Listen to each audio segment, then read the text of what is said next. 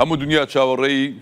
نیەتی ئەمریکایە بۆ هاتنە ناو شەڕەکە کۆبوونەوەی ترامپ لەگەڵ ئەنجومەنی ئاسایشی نەتەوەی کۆتایی هات دوو بەرپرسی ئاگادار بە میدیای ئەمریکیان ڕاگەیاندووە کە یەکێک لەو بژاردانەی تاوتوێ کراوە هێرشکردنە سەر ئێرانە. جعفەر شخۆ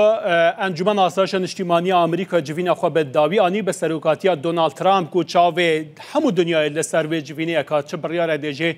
derkeve û demek beriya nav civîne bi dawî hatiye berpirsên îdareya Donald Trump jî behsa vêyekê dikin ku